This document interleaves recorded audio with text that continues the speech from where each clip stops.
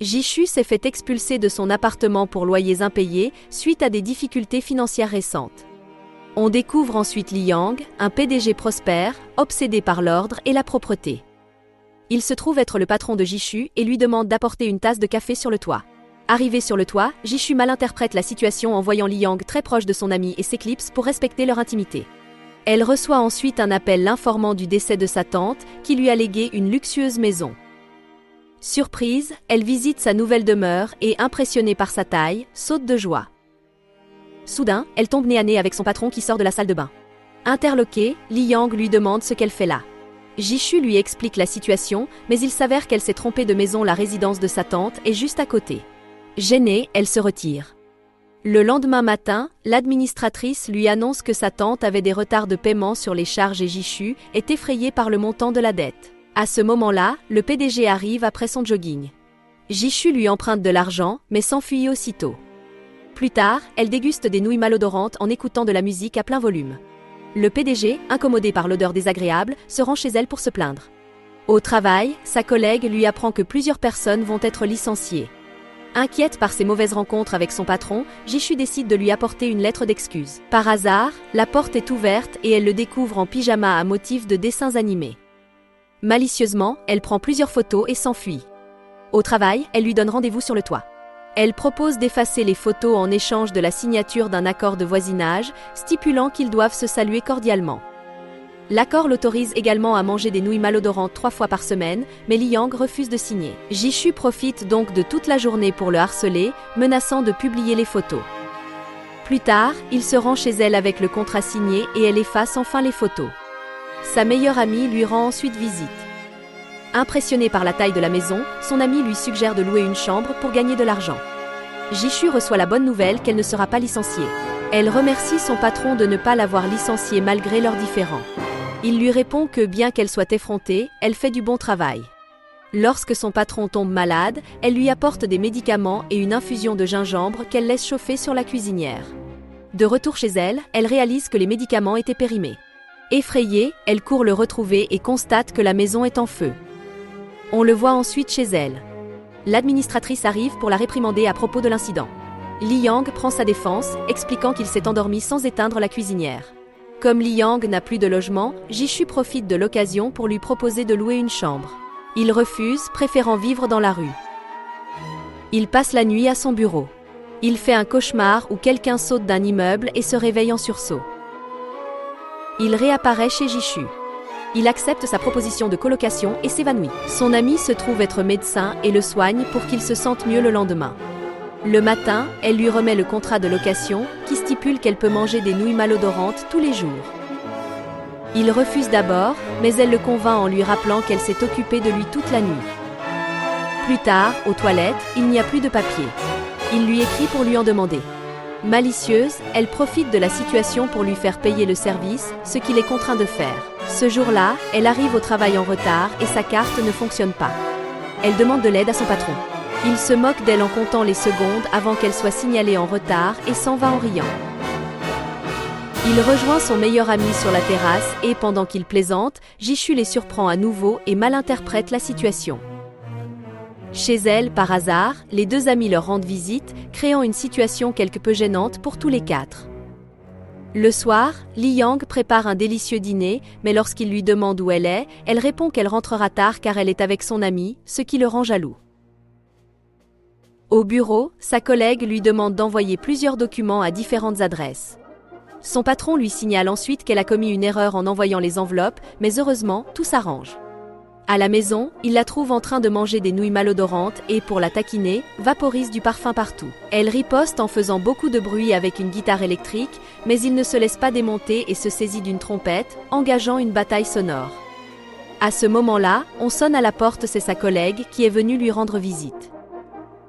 Prise de panique, elle le cache dans le jardin pour éviter les commérages au bureau. Pendant que les filles discutent, Li Yang, pour l'embêter, lui dit qu'il a besoin d'aller aux toilettes. Comme elle ne répond pas, il essaie de l'appeler, mais elle raccroche. Elle commence à parler du mauvais caractère de son patron et, agacé, il se place derrière elle et les effraie. En les voyant vivre ensemble, la collègue imagine qu'ils ont une relation et promet de garder le secret. Au bureau, le patron la sauve d'un panneau qui allait la heurter. Elle lui soigne ensuite le bras, là où il a été touché, mais il simule la douleur pour qu'elle continue à s'occuper de lui. En guise de remerciement, elle l'invite à manger des nouilles malodorantes. Il refuse d'abord, mais finit par apprécier après avoir goûté. Le week-end venu, elle achète beaucoup de friandises pour rester à la maison. Mais à nouveau, elle n'a pas d'argent et son patron règle la note avec gentillesse. Il trouve ensuite la maison en désordre et sale. Étant obsédé par l'ordre, il nettoie tout lui-même. L'ami de son patron lui rend visite et ils regardent des films d'horreur. Jalousie, le patron s'interpose entre eux. Mais tout s'éclaire, le jeune homme est amoureux de l'ami de Jishu. Le patron est rassuré. Jishu, en revanche, est troublée car elle a accepté que Liang vive avec elle en pensant qu'il était homosexuel. Elle les a vus à plusieurs reprises dans des situations ambiguës.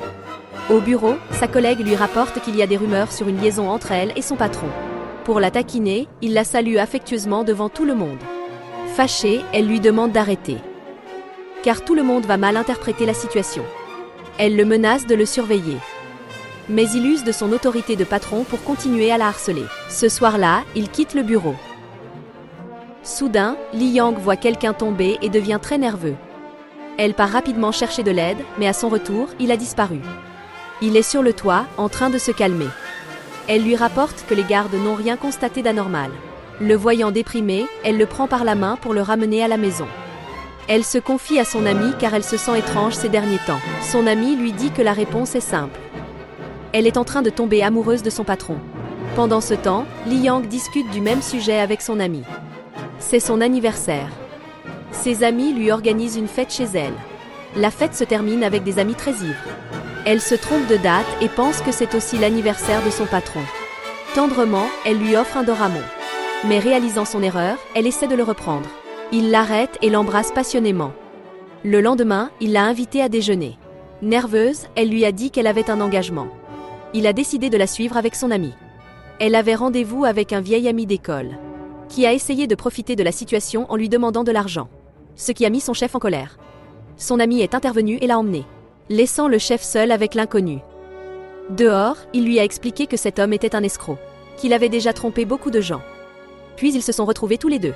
Elle l'a remercié de l'avoir sauvé d'une arnaque. Mais il l'a surprise en lui demandant si elle lui plaisait. Il l'a regardée fixement en s'approchant d'elle. Et l'a embrassée passionnément. Au bureau, il lui a discrètement offert des bonbons. Ensuite, son ami est venu la voir. Et en lui prenant un bonbon, il lui a dit que c'était les préférés de Chin, qui était même né le même jour qu'elle. Mais avant qu'il ne puisse continuer, le chef l'a emmené. Dans le bureau, son ami lui a annoncé que sa mère était arrivée. Pendant ce temps, elle se demandait qui était Chin, et pourquoi cette personne était née le même jour qu'elle. Elle en a conclu qu'il s'agissait peut-être d'une ex-petite amie de son chef. Elle a justement reçu son appel. Il lui a dit que Chin était chez lui, et qu'elle voulait la rencontrer. Pensant qu'il s'agissait de son ex-petite amie, elle s'est maquillée et s'est faite belle. Mais en arrivant, elle a trouvé la mère de son chef, et Chin s'est avérée être sa petite sœur. Après le dîner, la mère est partie très contente. Même la petite fille s'était attachée à elle, pour ne plus commettre d'erreurs. Elle a interrogé son ami sur la vie de son chef. Celui-ci lui a révélé quelque chose de très important. Il lui a raconté qu'il avait un traumatisme remontant à 5 ans. Car son rêve était de devenir architecte. Et il construisait un immeuble. Mais une personne avait sauté et s'était donné la mort. Et il s'en voulait terriblement. Car il était responsable de tout. Cela lui a rappelé la fois où il avait paniqué, pensant qu'il y avait eu une agression. Depuis ce moment, elle essayait de l'aider à surmonter son traumatisme. Elle lui a parlé de conception. Mais il a mal interprété ses paroles. Le lendemain, elle lui a demandé pourquoi il l'avait muté au département de conception. Il lui a expliqué qu'il avait compris ce qu'elle avait voulu dire la veille. Mais elle lui a dit qu'elle faisait référence à son intérêt pour l'architecture. En référence à ce qui s'était passé 5 ans plus tôt. Il s'est énervé qu'elle aborde ce sujet. Elle a essayé de s'expliquer, mais ils ont fini par se disputer. Sachant qu'elle avait commis une erreur, elle s'est entraînée à s'excuser. Et elle a couru chez lui pour le prendre dans ses bras, résolvant ainsi leur problème. Plus tard, elle lui a raconté que son père était designer. Mais à cause d'une erreur, il avait subi une telle pression de la part de son chef, qu'il avait décidé de se suicider. Le lendemain, elle a rencontré sa belle-mère. Celle-ci lui a appris que sa tante ne lui avait pas légué la maison, car elle avait tout arrangé pour qu'elle vive avec son fils. Elle lui a également avoué le traumatisme de son fils, à propos de la personne qui avait sauté du bâtiment et s'était suicidée. C'était son père, ce qui l'a laissé sous le choc. Un peu perturbée, elle a parlé à son amie, car elle voulait aider son petit ami à surmonter son traumatisme. Parce qu'il n'était responsable de rien. Mais elle ne savait pas comment. Son ami lui a alors suggéré une idée. Il a ensuite reçu son appel. Et il est sorti inquiet à sa recherche. En arrivant, elle lui a raconté qu'en rentrant chez elle, elle avait voulu acheter des gâteaux à un vendeur ambulant. Mais qu'une voiture avait surgi de nulle part et l'avait renversé. Et qu'elle se sentait coupable. Car si elle l'avait arrêté, le vendeur serait encore en vie. Il l'a rassurée en lui disant que ce n'était pas sa faute. Car elle n'avait rien pu faire pour changer ce qui s'était passé. Alors elle lui a dit qu'il ne devait pas non plus se sentir coupable pour ce qui était arrivé 5 ans auparavant. Lui révélant que la personne qui avait sauté était son père, et qu'il n'avait rien à voir avec la décision que son père avait prise. Il ne devait donc pas s'en vouloir. Elle a ensuite parlé à sa belle-mère. Elle lui a dit qu'elle allait lui rendre la maison car elle n'en avait plus besoin. Lui annonçant la bonne nouvelle qu'ils allaient vivre ensemble. Le matin, ils se sont retrouvés sur le toit. Il lui a annoncé qu'il allait redevenir architecte. Une nouvelle qui l'a rendue très heureuse. Ils ont donc célébré le début de leur nouvelle vie ensemble. C'est ainsi que se termine cette jolie histoire d'amour. Abonnez-vous, je poste une histoire par jour.